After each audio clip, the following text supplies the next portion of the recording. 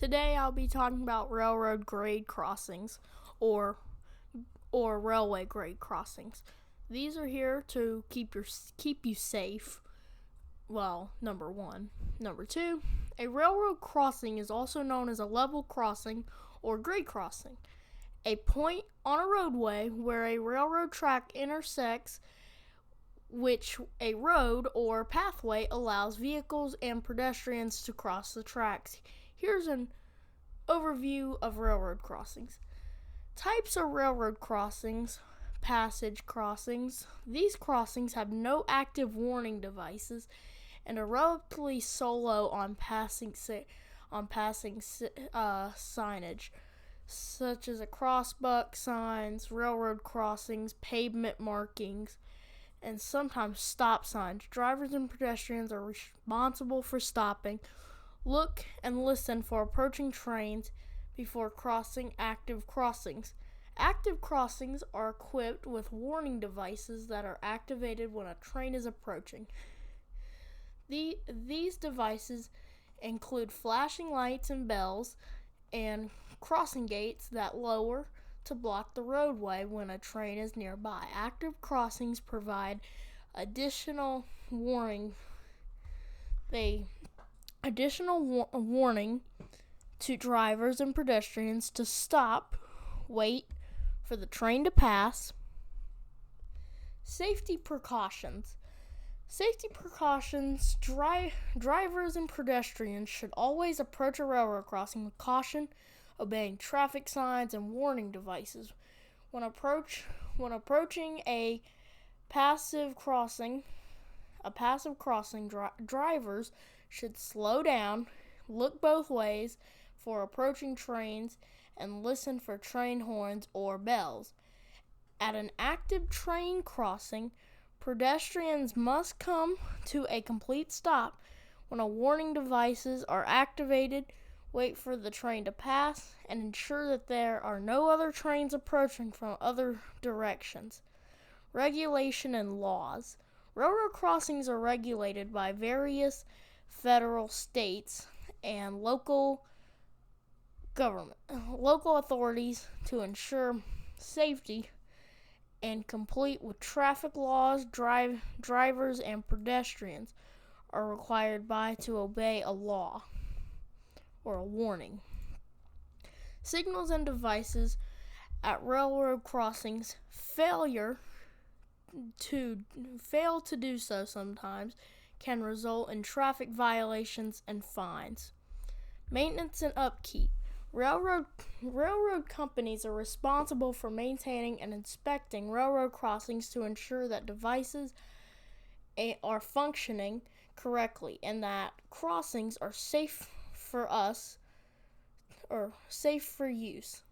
Transportation authorities may conduct regular inspections, maintaining of roadway approaches, signage, and pavement markings at crossings to enhance safety.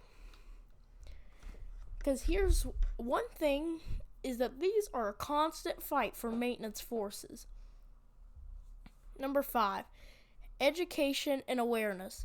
Public education and campaigns are often conducted to raise awareness about railroad crossing safety and remind drivers and pedestrians to exercise caution when approaching and crossing railroad tracks. Educational materials are available to teach children and adults about the dangers of railroad crossings and how safety is authority to this. Overall, railroad crossings are critical points when road and rail infrastructure intersects a safety measurement point, or like a railroad crossing. Users to prevent accidents are ensured safety passage across railroad tracks. That is basically your basics about your main railroad crossing. And this, I'm re-recording this because I could have said so much more in the last one and I forgot. So railroad crossings, the one thing I just explained like the safety to them, but how do railroad crossings actually work? The way railroad crossings actually work, usually there are about 4 normal measures on how they activate. The way they activate, number 1, which is usually the easiest to figure out, is the motion detector, which decides if there's an impedance in the rails. It keeps changing to let the signal box know that the train is coming toward the crossing, and keep the bells flashing and the lights flashing and the bells ringing, because it's always a difference. Some crossings are all pretty much kind of different, but yet at the same, always kind of the same. Like, some railroads have, some of them will have a thing called a speed predictor. A speed predictor calculates how fast he's going to see what it is, and it should be 20 seconds before they hit the pavement. From the time the gates are fully down and the time the train hits the pavement, it should be 20 to 30 seconds. And the speed predictor predicts how fast he's going to what time the signals will come down. So, then you also have the island approach circuit. So say a crossing only is activated by an island approach circuit, meaning there's a little joint bar, which is actually an island circuit, in the track next to a crossing, right? That is the island circuit. That is where if a train is on that island circuit, these bells and lights will be on and the gates will be down. Say it is right off that island circuit, those gates will go right up, or if it's right before it. Like some trains that are only activated by radio signals, by radio frequencies that train crews send out. So, but those are not common. Those are like on streetcar tracks, like in West Tampa, and like slow places. But then you have some that are not like that. Like you will have a crossing where you'll have a predictor that doesn't know how fast he's going, but the second he gets on the circuit, the gates start coming down. So say a train's going 15, it'll take probably roughly about 2 minutes for him to get to that crossing from the circuit. If he's going 60, probably about 20 seconds. Because the crossing signals don't know how fast he's going between that time. This crossing is on the outskirts of Marshville, North Carolina. Down there is the Marshville defect detector and the old one.